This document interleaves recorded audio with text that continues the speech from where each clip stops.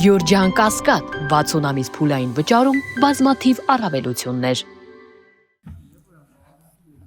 Սիրելի հայրենակիցներ,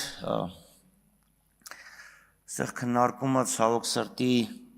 ոչ թե մերկանտիլիզմի եւ լիբերալիզմի քաղաքատնտեսական ընտրության մեջ է, որ իհարկե շատ հետաքրքիր է։ Ավելի շուտ տնտեսական վիճակի մասին է խոսքը։ Այն ինչ որ հիմա ներկայացվում է, շատ նման է ցեմենտային կլինկերի турքերի փոփոխությանը։ Թե կլինկերը, թե արմատուրան ու ամրանները օգտագործում են շինարարության մեջ։ Турքերի բարձրացումը մի նպատակ ունի։ Փոքրացող շուկայում ապահովել տեղական արտադրողին, եթե շուկան լիներ մեծ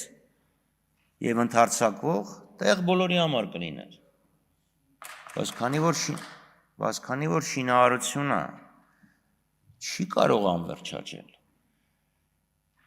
հարկային օրենսգիրքը փոխելով,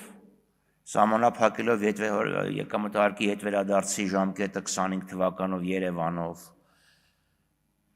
շինարարությունը արագ աճեց քաղաքում, Երևանում։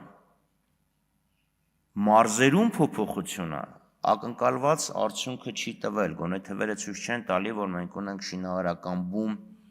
մարզերում, խոսքը չի գնում Երևանին հարակից, երբ ասենք Աբովյանից ավելի էջ տեղացնել Քանաքեռ, քան Քանաքեռից Երևան։